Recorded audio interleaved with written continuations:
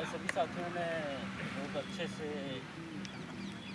बातों को और आज की जो सिचुएशन है, कंडीशन है कंट्री की और यूनिवर्सिटीज़ की, सेंट्रल यूनिवर्सिटीज़ की, तो उसको बहुत अच्छे से एक्सप्लेन किया है। उसको बहुत ज़्यादा मुझे एक्सप्लेन करने की ज़रूरत नहीं है। आप लोग देख ही रहे होंगे कि मुझे जहाँ तक मेरी जानकारी है कि इस कंट्री में टोटल 46 सेंट्रल यूनिवर्सिटीज़ हैं। आउट ऑफ 46 सेंट्रल यूनिवर्सिटीज़ में थोड़ा सर्वे कीजिएगा तो आपको मिलेगा कितने परसेंट ओबीसी प्रोफेसर्स मिलेंगे, कितने एससी एसटी प्रोफेसर्स मिलेंगे, कितने माइनॉरिटी प्रोफेसर्स मिलेंगे। उसके बाद सेकेंड स्टेप पे जाइएगा। एज मैं स्टूडेंट हूँ, स्टूडेंट की बात करता हूँ, और जो हमारे स्टूडेंट भाई सस्पेंड किए गए हैं, ये आज से नहीं बरसों से चला आ रहा है। जब से हम एजुकेशन लेना शुरू किए हैं, इवन डॉक्टर बी.आर. अम्बेडकर से ही डिस्क्रिमिनेशन शुरू है। उनको क्लास के अंदर नहीं जाने दिया गया। हम अगर क्लास के अंदर आ गए तो हमको सस्पेंड कर दिया जा रहा है। फूले साहब के साथ भी ऐसे ही हुआ, उनको अपना खुद का स्कूल खोलना पड़ा। और अब आज की डेट में मॉडर्न एज में रोहित वेमुला HCU बहुत ही एडवांस्ड यूनिवर्सिटी, वहाँ पर 27 दिसंबर आई थिंक 2015 को ही सस्पेंड किया गया कैंडिडेट। 5 कैंडिडेट सस्पेंड किए गए। उसके बाद सेम डेट 27 दिसंबर 2016 को JNU, उसके इन दोनों यूनिवर्सिटीज़ बहुत अच्छी यूनिवर्सिटीज़ मानी जाती हैं कंट्री की। इन दोनों के बीच में BBAU आता है, जहाँ पर भी SC ST OBC का ग्रोथ थोड़ा ज़्यादा है, ग्रोथ रेट ज़्यादा है, क्योंकि वहाँ 50% SC ST के लिए रिजर्व सीटें हैं। वहाँ पर जून जुलाई में 8 स्टूडेंट सस्पेंड किए जाते हैं। बाद में बहुत हंगर स्ट्राइक, प्रोटेस्ट, बहुत कुछ होता है। उसके बाद फिर वही यूनिवर्सिटी के वही लोग, वही एडमिनिस्ट्रेशन उनको फिर अंदर लेता है। और जैसे रामचेत जी ने बताया, अजय का वेडनेसडे को उसने सुसाइड कर लिया। उसका रीज़न ये है, मैंने कांटेक्ट किया वहाँ पर, वो बीटेक सेकेंड ईयर का स्टूडेंट था, उसके 5 के 5 पेपर में बैक पेपर आ गया था। आप सोचिए, जो स्टूडेंट फर्स्ट ईयर में क्वालिफाई होता है, सेकेंड ईयर में 5 के 5 पेपर में कैसे वो बैक पेपर आ जाएगा। इतना बेवकूफ़ तो होगा नहीं। बीटेक कर रहा है, कुछ तो दिमाग होगा, एक पेपर में तो पास होना चाहिए कम से कम उसे। JNU में ये हुआ। आपके आकाश जी ने बताया, हमारे CUG में भी यही हो रहा है। ट्रांसपेरेंसी, गुड गवर्नेंस की बात होती है, ट्रांसपेरेंसी नाम की कोई चीज़ ही नहीं है। अभी 2016-17 का जो एडमिशन हुआ है, उस पर अगर वेबसाइट को सर्च करेंगे आप, तो उसमें लिखा है क्या बोलते हैं, प्रोविजनल एडमिशन। 16-17 में जिनका एडमिशन हो भी गया है, फीस भी जमा कर चुके हैं, उसमें लिखा है कि इनका एडमिशन प्रोविजनल है, ये कैंसिल हो सकता है। और जो हमारे भाई JNU में प्रोटेस्ट या जो भी स्ट्राइक किए, जिसकी वजह से उनको सस्पेंड किया गया, उसका 30 मार्क्स से 15 मार्क्स लाने की या 10 मार्क्स या 20 मार्क्स लाने की बात कर रहे थे। ये सुप्रीम कोर्ट का जजमेंट है कि इंटरव्यू के मार्क्स मैक्सिमम 15% हो सकते हैं। मैक्सिमम 15% ये सुप्रीम कोर्ट का मार्क्स है। JNU सुप्रीम कोर्ट के भी ऊपर जा रही है, 30% मार्क्स दे।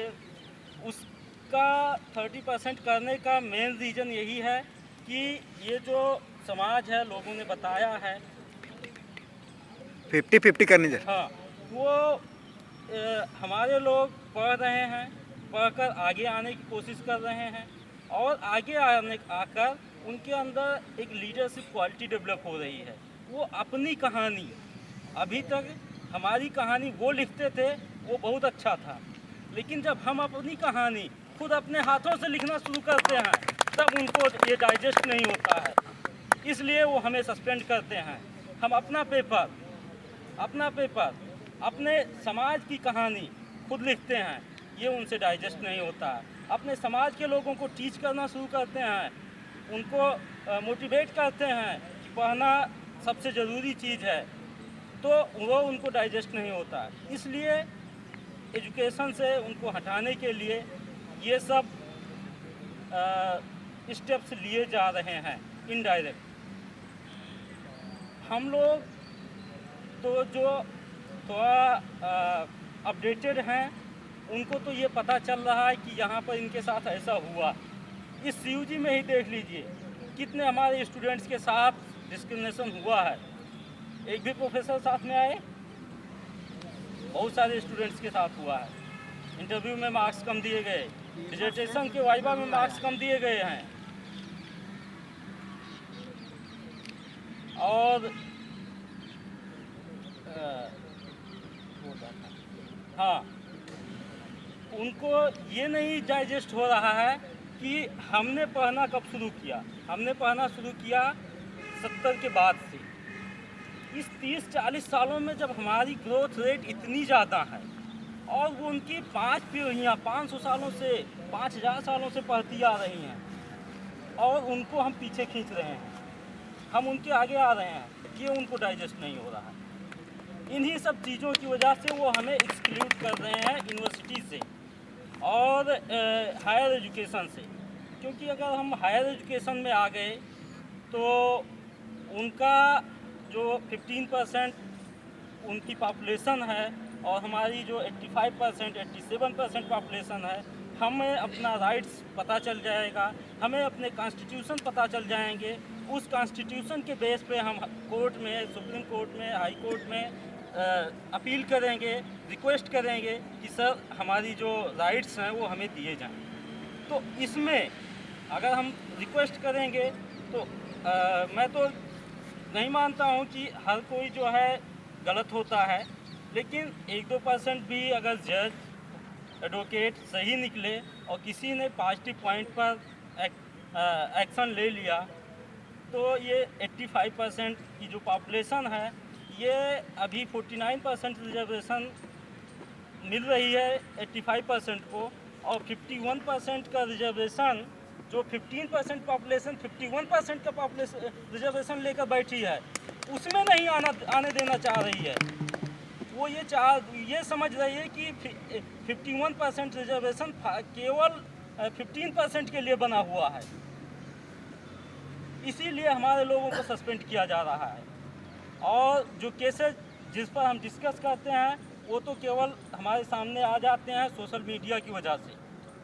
अगर आप स्टेट यूनिवर्सिटीज़ को देखिए, कॉलेजेस, डिग्री कॉलेजेस को देखिए, वहाँ का एक सर्वे कीजिए तो मिलेगा 100 में से 70% ऐसे केसेस हो रहे हैं, लेकिन वो हम नहीं जान पा रहे हैं क्योंकि वो हमारे टच में नहीं है, सोशल मीडिया के टच में नहीं है, और हमारी कम्युनिटी अभी इतना भी ज़्यादा एडवांस नहीं हुई है कि वो एंड्रॉयड फ़ोन लेकर घूमे।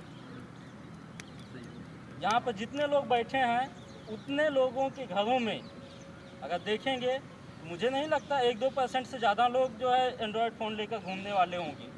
तो नेटवर्क भी नहीं है गाँव में। वही कह रहा हूँ, तो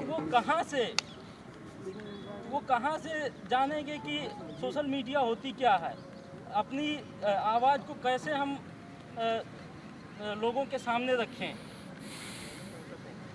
ये सारी चीज़ें हैं और इन्हीं सारी बातों के साथ मैं चाहूँगा कि अपनी बात को विराम दूँ। और आकाश जी।